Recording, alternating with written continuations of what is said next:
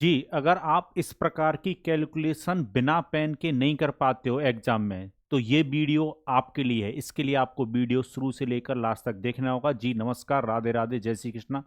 मेरा नाम है जय और मैं आपका पूरे दिल के साथ स्वागत करता हूं मैथ्स बाय जय सर यूट्यूब चैनल पर। तो इस प्रकार की कैलकुलेशन को हम बिना पेन के सॉल्व करेंगे, पर उसके लिए आपको वीडियो को लास्ट तक देखना होगा और कंसेप्ट को भी पूरी तरह समझना होगा। एक आसान सा कंसेप्ट मैं आपको समझाऊंगा और आज के बाद आप इस प्रकार के फ्रैक्शनों को बहुत जल्दी सॉल्व कर लोगे। तो एकदम बेसिक से शुरुआत करेंगे। पहले मैं एक छोटा क्वेश्चन समझाता हूं, फिर आपको उस क्वेश्चन को आज के बाद आप बिना पेन के सीख जाओगे, ये मेरी गारंटी है। ठीक है ना, ये वीडियो गारंटी लेती है इस बात की। चलिए, तो पहले देखो, आप जो प्रॉपर सॉल्व करते हो वो कैसे सॉल्व करते हो वो बात समझिएगा। आप सॉल्व करते हो 5 का मल्टीप्लाई 7 से करते हो 35 और 3 को जोड़ोगे यानी 10 माइनस, तो ये कितना होगा 38 डिवाइड बाई 5। और फिर 5 का मल्टीप्लाई इसके साथ करोगे तो 50 माइनस 38 और डिवाइड में कितना लिखोगे 5।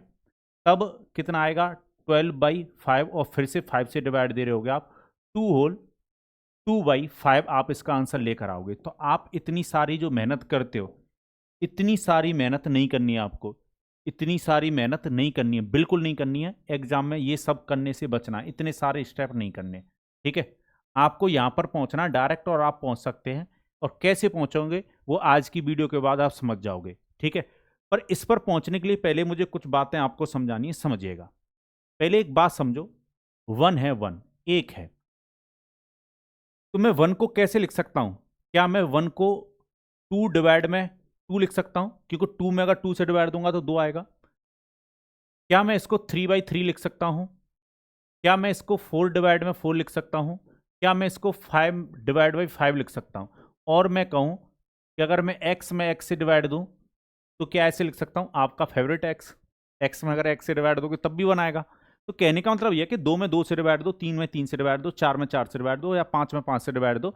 यानी कहने का मतलब यह है कि x अब वेरिएबल है, मतलब x की वैल्यू कुछ भी हो सकती है। अगर x में उसी x से डिवाइड दोगे तो क्या आ जाएगा? 1 आ जाएगा। ठीक है, चलिए, तो उम्मीद है ये बात आप समझ चुके होंगे। तो जब भी आप पेपर में क्वेश्चन सॉल्व कर रहे हो, जब भी आप क्वेश्चन को सॉल्व कर रहे हो, जैसे यही क्वेश्चन है, मैं इसी से शुरुआत करूंगा। अब आज के बाद आप इन क्वेश्चनों को सीख जाओगे। जैसे ये क्वेश्चन है, समझिएगा। तो करना क्या है आपको, करना क्या है वो समझिएगा। इस 10 को मुझे इस फॉर्म में लिखना है। कैसे लिखना है समझिएगा। क्या इस 10 को मैं 9+1 लिख सकता हूं? भाई 9+1 लिख सकता हूं, अभी भी ये 10 है। चलिए, तो क्या मैं इसको ऐसे लिख सकता हूं 9 होल 5/5? क्या मैं इस 10 को ऐसे लिख सकता हूं? क्यों लिख सकता हूं? आपको एक बात पता होनी चाहिए, जैसे 9 होल 5/5 का मतलब क्या होता है। यहां पर कोई सिंबल नहीं होता, तो ये 9 प्लस में 5/5 होता है। और आपको पता है 5 में 5 से डिवाइड दोगे तो एक ही आएगा, यानी ये 10 है। ठीक है, अब तोड़ना कैसे? अब आपके दिमाग में ये आएगा कि सर आपने तो 5/5 लिख लिया। इस वाले फ्रैक्शन को देखकर इसको बनाना है। अगर यहां पर 5 है तो मैं 5/5 लिखूंगा।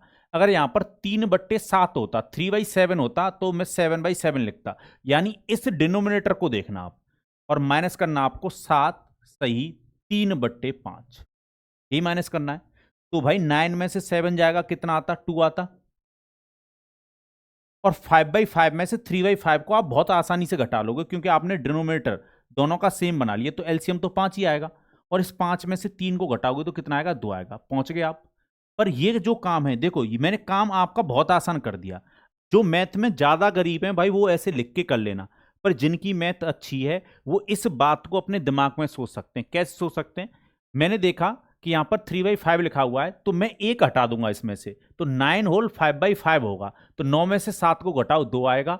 और 5/5 में से 5/5 में से 3/5 को घटा दो, तो नीचे तो 5 एलसीएम 5 ही आएगा। तो 5 में से अगर 3 जाएगा, ऊपर वाले 5 में से 3 को घटाओगे तो 2 बचेगा सिर्फ, और नीचे कितना लिखोगे? 5। हो गया सॉल्व। तभी मैं कह रहा था बिना पेन के सॉल्व कर सकते हो। अब सारे क्वेश्चनों को देखना, और मैं ये कहूंगा वीडियो को पॉज कर लो। आप वीडियो को पॉज कर लो, एक बार खुद बनाने का प्रयास करो, फिर आंसर चेक करना। ठीक है, क्या मैं इसको अपने दिमाग में, देखो मुझे 5/11 लिखा हुआ है, तो मैं एक हटा दूंगा इसमें से, 17 में से एक हटा दो तो 16 सही 11/11 लिख लो। अपने दिमाग में आ जानी चाहिए ये बात कि ये 16 होल 11/11 है। चलो, 11/11 में से 5/11 को घटाओ, तो भाई नीचे तो 11/11 के भी नीचे 11 है और 5/11 के नीचे भी 11 है, तो एलसीएम कितना आएगा भाई? 11 आएगा। और 11 में से अगर 5 जाएगा तो कितना बचेगा? 6 बचेगा। और इसको हमने 16 सही 11/11 लिखा था, 16 होल 11/11 लिखा था, तो 16 में से 8 घटा दो, 8 रह जाएगा। हो गया सॉल्व बिना पेन के। अगर नहीं समझ में आया तो मैं एक स्टेप आपको और लिखकर समझा देता हूं। मैंने क्या किया, इस 17 को तोड़ा मैंने, 16 सही 11/11 लिख लिया और 8 सही 5/11 ये है ही। तो 11/11 में से 5/11 को घटाओगे 6/11 बचेगा और 16 में से 8 जाएगा, 8 बचेगा। उम्मीद है ये बात आप समझ गए होंगे। तो जब भी पेपर में ऐसी सिचुएशन में फंस जाओ तो आप विद इन सेकंड बिना पेन चलाए इसको सॉल्व कर सकते हो। ये काम मत करना 11 का मल्टीप्लाई कर रहे हो फिर इसको जोड़ रहे हो और फिर 17 का मल्टीप्लाई 11 से कर रहे हो, मतलब बहुत ज्यादा प्रोसेस आप लेंदी कर देते हो, तो उससे बचना है आपको। जब भी आप ऐसी सिचुएशन में फंस रहे हो बिना पेन के ये क्वेश्चन सॉल्व होना चाहिए। चलिए मैं ये कहूंगा पहले आप वीडियो सॉल्व पॉज करो, वीडियो को सॉल्व मत करो, वीडियो को पॉज करो, देखो कितना आएगा ये। चलिए खुद बनाने का प्रयास करो। तो देखो मैं 51 होल 7/7 लिखूंगा क्योंकि यहां पर 2/7 है, इस डिनोमिनेटर को देखना है। तो 7/7 में से 2/7 को घटा दो, क्या 5/7 बचेगा? चलो तो यहां पर 51 है, 51 में से 30 जाएगा 21। हो गया सॉल्व, ये आएगा घटाने पर। तभी मैं ये कह रहा था, मैंने वीडियो के शुरुआत में बोला था आपसे कि बिना पेन के कर लोगे आप, तो कोई ऐसा नहीं है कि कोई ट्रिक है, कंसेप्ट ही मैंने आपको समझाया। ठीक है, चलिए अब जैसे ये क्वेश्चन है, अगर ये कैलकुलेशन आपका मान लो एंड में क्वेश्चन सॉल्व करते करते ये वाली कंडीशन फंस गए, आप मैं बता रहा हूं अगर आप इस वीडियो को नहीं देखते तो आप फंसोगे। आप 37 का मल्टी 29 से करोगे, फिर 19 जोड़ो, 37 का मल्टी 71 से करोगे, तब घटाकर फिर 37 से डिवाइड दे दोगे, कितना टाइम लगा लोगे? तो उस टाइम को हमें रिड्यूस करना है। ठीक है, हमें कुछ नहीं करना, इसको देखो डिनोमिनेटर पे कितना है? 37 है, तो मैं इसको 70 होल 37/37 लिखूंगा। अपने दिमाग में ही सोच लो, यानी 70 सही 37/37 है, तो एलसीएम तो भाई 37 आएगा और ऊपर वाले 37 में से 19 को घटा दो तो कितना बचेगा भाई? 18 बचेगा। ठीक है, और ये कितना ले गया था? 70। 70 में से अगर 29 को घटाओगे तो कितना आएगा भाई? 40 बनाएगा, 41 आएगा, ये आएगा आंसर। हो गया सॉल्व। क्लियर है बात? तो मैं तभी कह रहा हूं कोई ट्रिक नहीं है, कोई कुछ नहीं है, आप डायरेक्ट बना सकते हो। ठीक है, यही क्वेश्चन मैंने आपको दिखाया था, बना सकते हो इसको। चलिए एक और क्वेश्चन देख लेते हैं। आपने दिमाग में ही सोचो, इसको 92 होल 17/17 लिख सकता हूं, इसको 92 सही 17/17 लिख सकता हूं। तो 11/17, 17 सही 17 में से 11/17 घटाओगे तो 6/17 बचेगा और यहां पर 92 है, 72 को घटा दो, उसमें से 20 आएगा। हो गया सॉल्व। आप अगर वैसे प्रॉपर वे से करोगे तो कितना टाइम लगेगा आपको भी पता है, तो आपकी कैलकुलेशन को भी मैं ठीक कराऊंगा। तभी मैं कह रहा था आप इस चैनल से निराश नहीं लौटोगे। पर देखो सारी समस्याओं का समाधान एक साथ नहीं हो सकता, धीरे धीरे होगा। ठीक है ना, लर्निंग ऐसा प्रोसेस है वो धीरे धीरे कंटिन्यूस चलता है, तब आप चीजों को सीखते हो। ठीक है, चलिए एक और क्वेश्चन करते हैं। देखो यहां पर 14/23 लिखा हुआ, आपके दिमाग में आ जाना चाहिए, इसको 23 होल 23/23 लिखूंगा। 93 एक तो अलग कर दो, जो एक अलग कर रहे हो वो 23/23 है। ठीक है ना, चलो 23/23 में से 14/23 को घटाओगे तो नीचे तो एलसीएम 23 आएगा और 23 में से अगर 14 जाएगा तो कितना आएगा भाई? 9 आएगा, ऊपर 9 आएगा। चलो अब यहां पर मैंने एक अलग कर दिया था, 93 में से 5 को घटाओगे, 93 में से 5 को घटाओगे तो 88 रह जाएगा। हो गया सॉल्व। अभी भी नहीं समझ में आया हो तो थोड़ा सा मैं एक स्टेप और लिख देता हूं।